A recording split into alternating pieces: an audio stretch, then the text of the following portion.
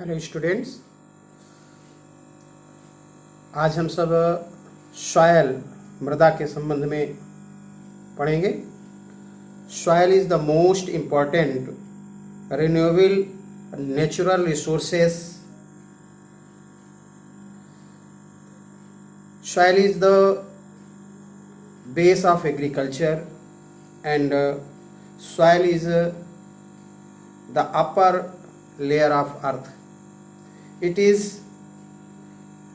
most important for development of plant and living organism. मृदा एक नवीकरणीय संसाधन है जो पौधों के विकास के लिए तथा लिविंग ऑर्गेनिज्म अर्थात जीवित प्राणियों के लिए बहुत ही आवश्यक है। बगैर मृदा के हमारा जीवन संभव नहीं है। आज हम मृदा के अनेक रूपों के संबंध में बात करेंगे। हमारे देश में विभिन्न प्रकार की मृदाएं पाई जाती हैं, जिसमें से पहली मृदा है जलोढ़ मृदा।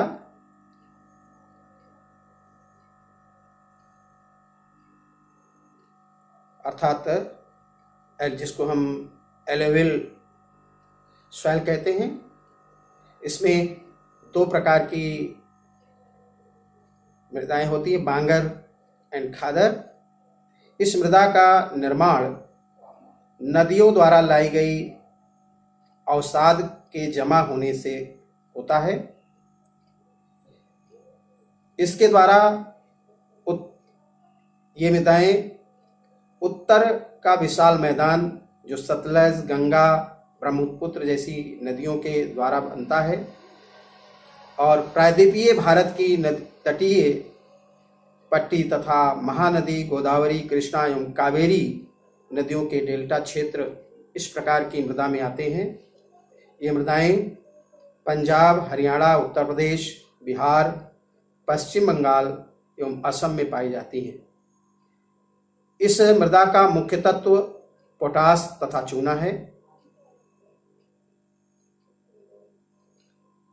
इस मृदा में जैविक तथा नाइट्रोजन युक्त तत्वों की कमी होती है। इस मृदा का मुख्य लक्षण है यह अत्यंत उपजाऊ तथा भारत के लगभग 40% भाग में पाई जाती है। यह मृदा गेहूं, चावल, गन्ना, कपास तथा तिलहन के लिए उपयोगी होती है। और हम दूसरी मृदा पे आते हैं, काली मृदा अर्थात ब्लैक सॉइल।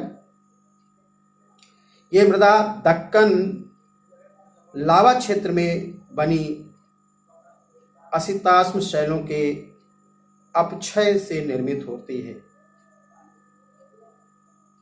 ये मृदा दक्षिण के पठार, भारत प्रायद्वीपीय पठार के उत्तर पश्चिम में गोदावरी, कृष्णा, नर्मदा एवं तापी नदियों के घाटी क्षेत्र में पाई जाती है। इस मृदा से युक्त राज्य महाराष्ट्र, गुजरात, आंध्र प्रदेश, मध्य प्रदेश तथा तमिलनाडु हैं। इस मृदा के मुख्य तत्व चूना, लौह तत्व पोटास, मैग्नीशियम, एल्युमिनियम तथा कैल्शियम हैं। इस मृदा में नाइट्रोजन तथा जैविक अंशों की कमी होती है। इस मृदा के मुख्य लक्षण ये हैं कि यह मृदा चिपचिपी जल को ग्रहण करने की क्षमता, जोतने में आसान है। यह मृदा मुख्य रूप से कपास, गन्ना, मूंगफली और तंबाकू जैसी फसलों के लिए अत्यंत उपयोगी है। अगली मृदा लाल मृदा। यह मृदा आग्नेय और कायांतरित शैलों के अपक्षय के द्वारा निर्मित होती है। दक्षिण पठार के पूर्वी भागों में पाई जाती है।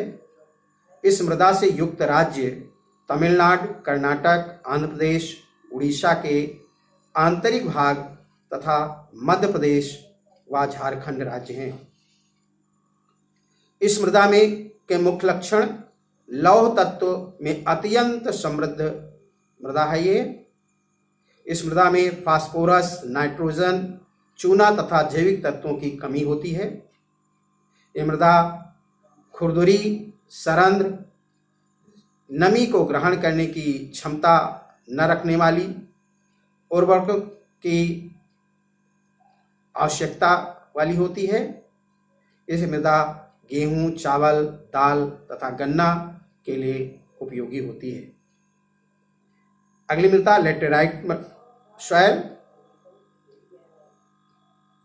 यह मृदा अधिक वर्षा वाले उच्च भागों में निश्चालन की प्रक्रिया से बनती है। यह मृदा अधिक वर्षा वाले भागों में टुकड़ों में मिलती है। पश्चिमी तथा पूर्वी पहाड़ियों पर पाई जाती है।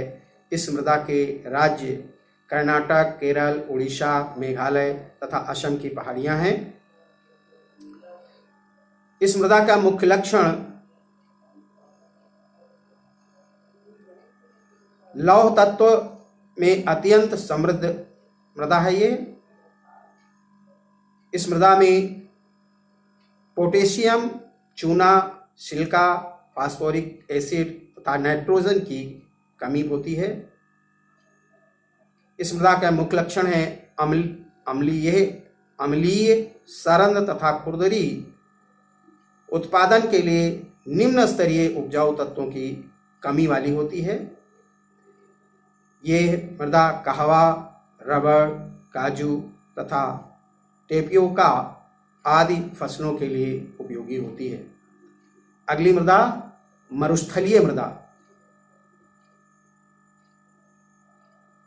यह मृदा शैलों के भौतिक अपक्षय द्वारा शैलों का चूर्ण होना है। यह मृदा भारत के पश्चिमी भागों में, मुख्यतः पश्चिमी राजस्थान के थार मरुस्थल तथा उत्तरी गुजरात, पंजाब के दक्षिण भागों में पाई जाती है। इस मृदा के मुख्य तत्व यह लवणीय होती है।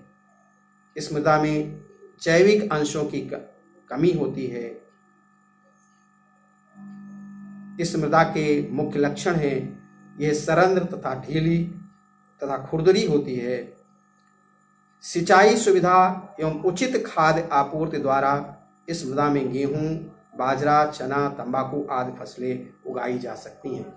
और अगली मृदा पर्वतीय मृदा, जो पर्वतीय क्षेत्रों में पाई जाती है। इस मृदा का निर्माण शैलों के अपघटन के द्वारा होता है। यह मृदा मुख्य रूप से उत्तरांचल, हिमाचल प्रदेश, जम्मू और कश्मीर के पर्वतीय भागों में पाई जाती है। इस मृदा का मुख्य लक्षण है ये बेमेल प्रकृति की, जैविक अंश की अधिकतर लक्षणों की अधिकता वाली होती है। इस मृदा में वनस्पति अंश की कमी होती है। यह कम गहरी मृदा अपरदन द्वारा प्रभावित होती है। इस मृदा में सीढ़ीदार खेत बनाकर उनमें फल, सब्जी तथा चावल आदि की खेती की जा सकती है। आज आपको अनेक मृदाओं के बारे में जानकारी दी गई। इन मृदाओं से संबंधित कुछ मानचित्र साथ में संलग्न हैं। इनको आप भरेंगे। अगले टर्न पर हम सभी वाटर रिसोर्स के बारे में अध्ययन करेंगे। Thank you.